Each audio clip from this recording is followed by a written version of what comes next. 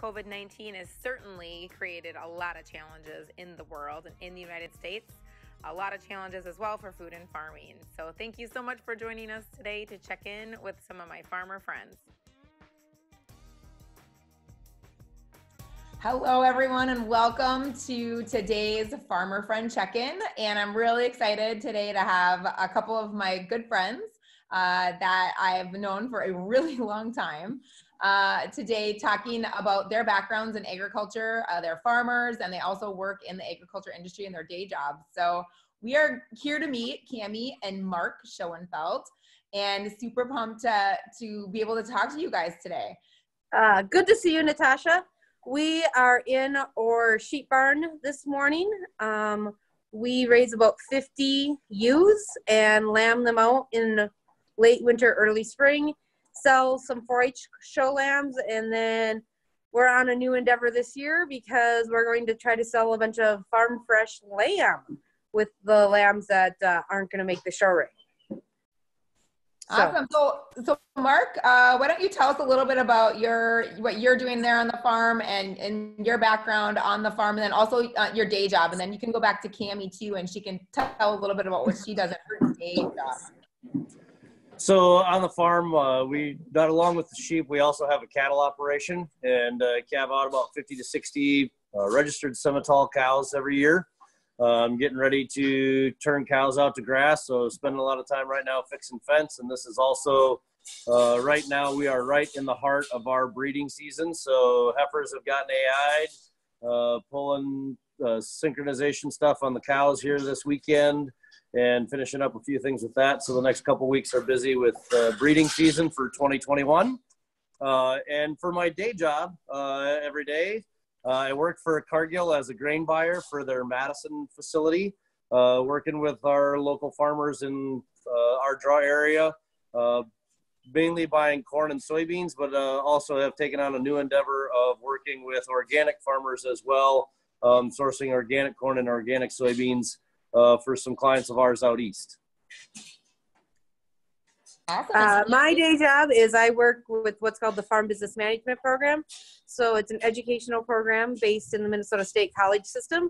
And I work on farm financials individually with farms, figuring out record keeping, cash flows, balance sheets, and really helping farmers understand where their money's coming in, where the money's going out, and how to make their farm to be the most profitable it can be.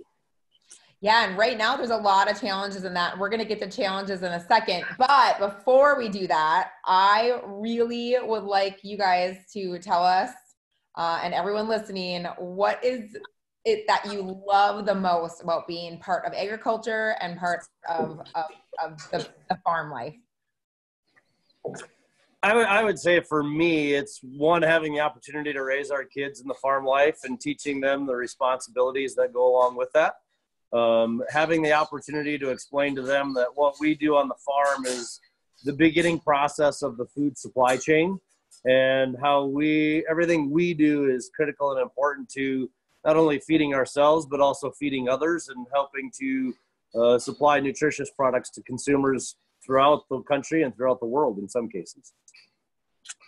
I second that motion. I really value the farm and what it instills in children and families. I also enjoy working with the actual livestock, animal lover at heart. But probably the other thing is I just enjoy the culture of agriculture. There's something to be said about the friendships and the bonds that occur with farmers, and the helpfulness and the honesty. And it's just a great place to be raised and live in. That's awesome. Well, I can attest to being one of the people that benefit from the knowledge of you guys as not growing up on a livestock farm, and my husband not growing up on a livestock farm either. We have learned so much, and you two are a part of that from, our mentors that are our friends that have taught us things. So that's one thing I also love about agriculture is we're all willing to help each other out because not all of us have the same knowledge and background. So I love you guys for that. And you help a lot of people, so it's not just me. All right, so what I really would love to learn a little bit more about are what are some of the challenges you're having right now? And I know that you have multiple hats that you guys both wear with working with other farmers that have challenges. Mark, same thing for you. You're working with farmers that the markets aren't always where they want them to be. And then also just being farmers yourselves. So what are some of those significant challenges that you're having in general? And some of it's because of COVID-19 and some of it's been a problem we've had in agriculture with markets for a while. So I'll take the first one. I'll talk about our sheep. So we traditionally sell a fair amount of 4-H show lambs.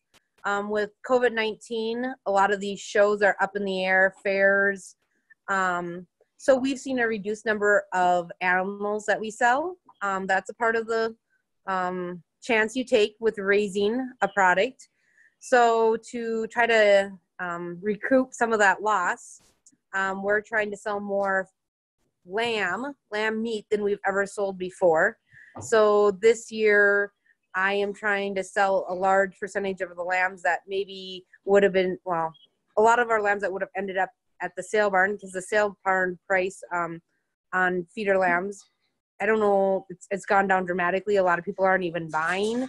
The markets are really unknown. Lamb's not a large percentage of lamb actually is sold through the restaurants and food service. And with the restaurants being closed, the lamb market has probably got harder hit than beef or pork, but it's not talked about in the same sense. So we're going to feed out some lambs this summer.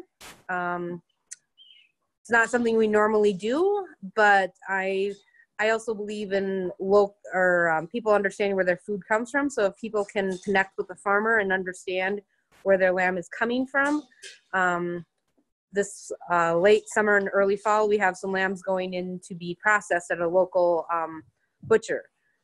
The other thing is there's a huge backup in spots at local processing because of all these hogs that are not being able to be processed, all these beef not being able to be processed. So I booked out, and I'm not going to have lambs until August or September at the butcher, which is fine because that's when they're going to be ready. But people have to be aware of the processing backup that's happening right now. So if you want lamb, call me. Yeah, so Cammie and Mark, what is your farm page on Facebook so people can find you if they want to?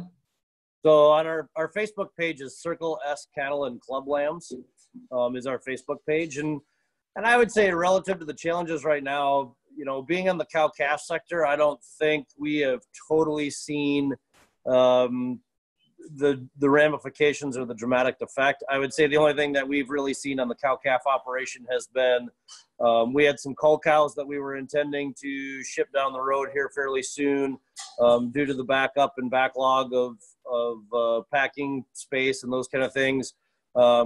At this point, those cows are still standing around and are still getting fed every day and taken care of. And so we've had to readjust some things relative to some cows that needed to exit the herd.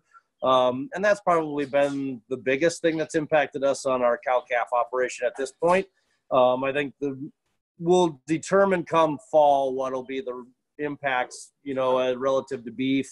On the cow-calf side, I think will be more dramatic as we get into September and October and start weaning calves and trying to find homes for those feeder cattle. As it relates to my day job, I think probably the biggest struggle right now has been, and you alluded to it, we've had an oversupply of corn and soybeans here the last couple of years. Certainly had a few production issues in the country last year, but probably not significant enough to really cure our supply issue. And certainly this year is off to a much, much better start. So looking at, which is great, farmer attitudes have changed since they've had a really good planting season so far, which has been awesome. But yet it's trying to help those guys find ways to market and get creative in terms of marketing corn and soybeans and trying to get back to a price that's it's not all about making money right now. Now it's about minimizing loss and about trying to get back to a break-even type value, and putting themselves in a position to weather the storm for this year and be able to be farming again next year and looking at those things. And I think there's been opportunities. There's been times where guys have made some really good decisions. There's other situations where guys have struggled to pull the trigger. And I always joke that as a grain buyer and sometimes being a salesperson in agriculture, I don't think we stress enough how much we need to all go get psychology degrees and understand and be able to help guys with the mental side of it and understanding the stress level and the mental health things that go on relative to agriculture. Yeah. Oh, go ahead. So I did a little math on the same thing. So when we started this year, we were making plans, doing cash flows for farms. We were using $3.50 corn, $3.50 a bushel for corn.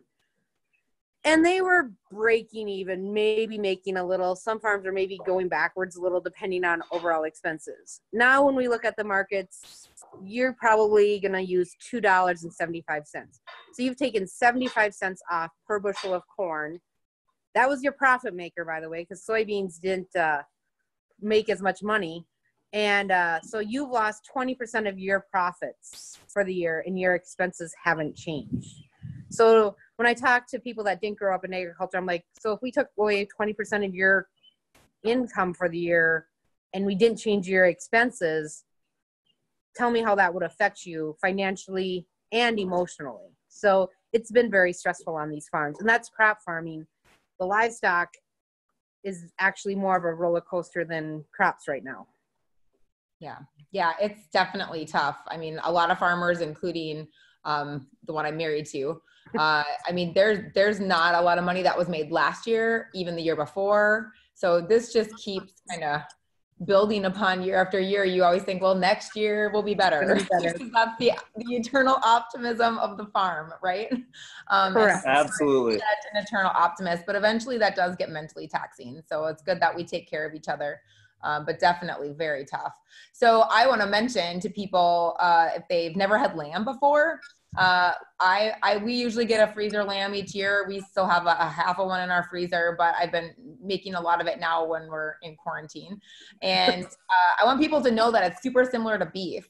We grill almost all of our lamb, and it tastes very similar. So people that aren't sure what it tastes like, it's really good, and you can, call these guys up and make a plan, because it's good stuff, and they're not as big as a beef. So if you do buy a half or a whole, it doesn't fill your freezer as much as it would a beef. So give it a shot. Lamb is delicious. Look up the health benefits too, because it's really good for you. All right. Last question. What are you seeing in your rural community or in the agricultural community that just is really inspiring in this time of uncertainty and challenge? I would say one of the things that we've noticed, particularly as I would say the meat industry has been impacted more here in the last week relative to the COVID-19. I would say probably the biggest thing is you're seeing more people try to source meat locally from local farmers. You're seeing more people reaching out, trying to find different outlets with some of our packing facilities closing down and temporarily shutting down to work through this issue. You're seeing a lot of people help each other out in that manner. Obviously it's springtime and everybody's kind of locked in at home. So, no better way to social distance than to go jump in a tractor. So a lot of people that maybe haven't done or helped with field work for a while are jumping back into tractors and helping local farmers plant their crops this spring and take advantage of being a part of the growing season. And so that's been interesting to see as families have, normally kids are in school and now those kids are at home. And so this planting season more than ever has probably been more about families working together and being together during planting season than what they traditionally have been in the past. My answer is the big picture answer. I got asked this a couple weeks ago by a beef friend, and I said, it's rough right now, but I think this is an opportunity for ag to really tell the story of how a farmer produces it, what happens once it leaves a farm, the processing, the work it takes to get to a grocery store, and for people not just to assume it's going to be there, like what it all entails and how many people have to be a part of the process so that people can have food on their plate that's safe and wholesome and nutritious.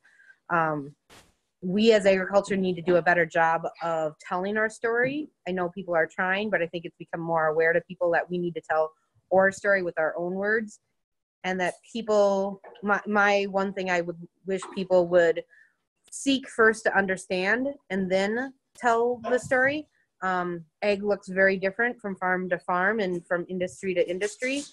And I've seen some people kind of think their way is better. And I think as egg, we need to unify and say, we need to promote all egg, no matter what it looks like. And that's really important to me is, in my day job, I work with the smallest of small farms that are doing very niche marketing, and some, what people would say, non-traditional farming. And I work with some very, very large farms that get attacked for being large in size. You know what? They're all farmers. They're all people trying to produce food. And it's up to the consumer to decide what they want to support. And that's okay if we're different. Yes, so that's my preach. Absolutely. I totally agree. And all food is safe and all food is nutritious and we're all doing our very best and we can all be different and it doesn't have to look the same. That's the best part. So before we leave, I would really like to show everyone the lambs. I was going to say, so here is so we need that for sure. So this is the youngest pen and I'm going to show you. There's mama and two babies in the back corner. Those were the last lambs born. So this is the youngest lambs. And across here, this is some of the ewes that are going to become mamas next year and some of the lambs that are going to become freezer beef. This is hanging out. They had breakfast this morning, maybe an hour ago. And this is the lambs that are going to get shown this year. They get a special diet right now. And I have more lambs available. Some of these poachers need to come pick up. Some of these are going to some family members of mine, but that's the lambs. That's awesome. So, thank you for showing us. It's fun. Yeah, anytime. We always say we have an open door policy. Whenever people want to come visit, we're more than willing to let them see what we do. Right. Yeah. I think this is such a great opportunity for people to realize farmers do really want to talk to people. So we love questions and there's a chance for anybody watching these, please post questions underneath the post in the messages. You can go ahead and post any questions that you would have for Mark and Cammie and they'll be tagged in the post so they can help answer anything if you want to do that. We'll get your farm page tagged on there. So if people want to buy some lamb, they can get to you. Gladly. We'd love to have more lamb sold. So yeah, and people should really try it. It's so good. And there's lots of great resources online for cooking. So awesome. Thank you so much for joining me today. It has been so great to see you guys. And we can't hope to see you soon in person. Yep. Thanks for everything you do, Natasha. Appreciate it. So you have a great morning.